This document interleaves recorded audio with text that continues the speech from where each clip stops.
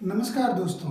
आज हम बात करेंगे कि जब हमारे जीवन में कठिन परिस्थितियां आ जाती हैं और जीवन एक ऐसी मोड़ पे आ जाता है कि हमारी राहें बहुत ही मुश्किल हो जाती हैं।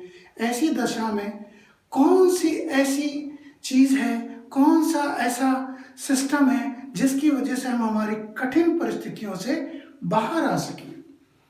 तो जब भी हमारे जीवन में कठिन परिस्थितियां आती हैं तो हिम्मत और मेहनत के द्वारा तो हम उन परिस्थितियों से बाहर आ सकते हैं, लेकिन इससे भी सबसे बेहतर चीज़ है सब्र।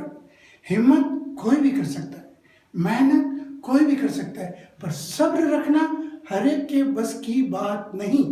इसी बात को हम एक कहानी के माध्यम से समझने की कोशिश करते हैं। आज से कई वर्ष पूर्व एक व्यक्ति दुखी होकर नदी किनारे बैठा हुआ था और सोच रहा था कि मैं अपनी इन परिस्थितियों को कैसे ठीक करूं और इन परिस्थितियों में मैं अपने आप को कैसे डालूं कि मैं इनसे बाहर आ जाऊं। सामने उसके एक साधु बाबा बैठे हुए थे।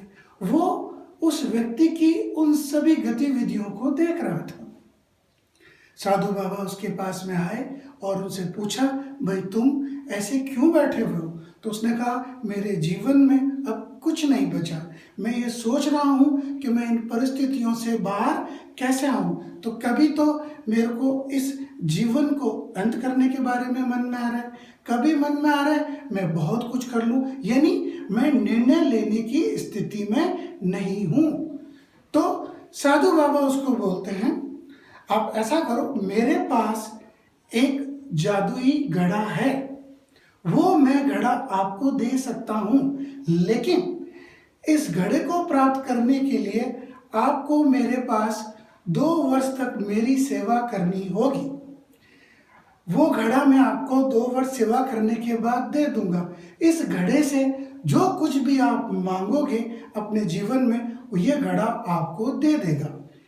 लेकिन इसमें एक शर्त यह है कि अगर ये घड़ा आपके द्वारा फूट जाता है तो जो भी ये घड़ा आपको सुविधाएं देगा, फूटते ये सुविधाएं आपसे वापस ले लेगा।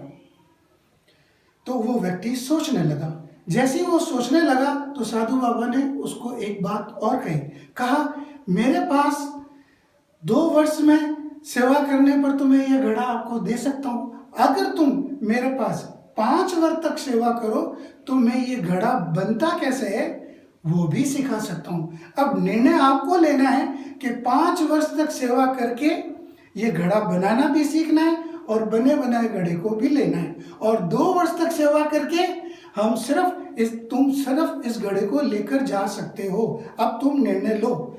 व्यक्ति तुरंत प्रभाव से निर्णय ले लेता है कि मुझे तो आप 2 वर्ष वाला घड़ा दे दें, मैं 2 वर्ष तक आपकी सेवा करूंगा, फिर आप मुझे ये घड़ा दे देना। साधु बाबा मान जाते हैं। वह व्यक्ति 2 वर्ष तक साधु बाबा की सेवा करता है। सेवा संपूर्ण हो जाने पर साधु बाबा वह घड़ा उसे दे देता है।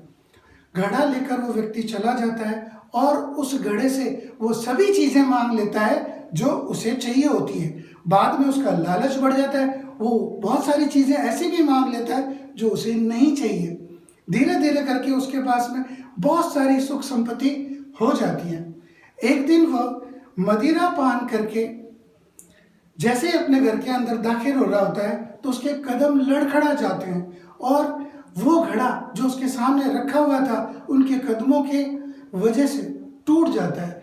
जैसे ही वो घड़ा टूटता है तो उसको जो भी सुख संपत्ति प्राप्त हुई होती है वो तुरंत प्रभाव से गायब हो जाती है और व्यक्ति की स्थिति पहले से भी बद से बदतर हो जाती है।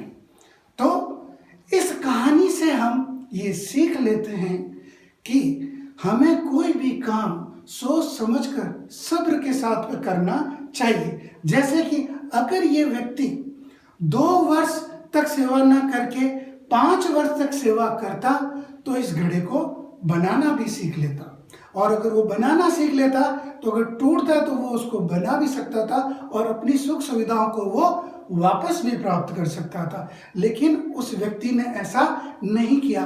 उसने शॉर्टकट मेथड अपनाया। शॉर्टकट मेथड की वजह से कुछ समय के लिए तो उसको सुख सुविधाएं प्राप्त हुई, लेकिन वो स्थायी नहीं थी। अगर हमें स्थायी रूप से सुख सुविधाएं प्राप्त करनी है तो सब्र के साथ में रहते हुए हम ये सभी चीजें प्राप्त कर सकते हैं और अपनी मंजिल को पा सकते हैं।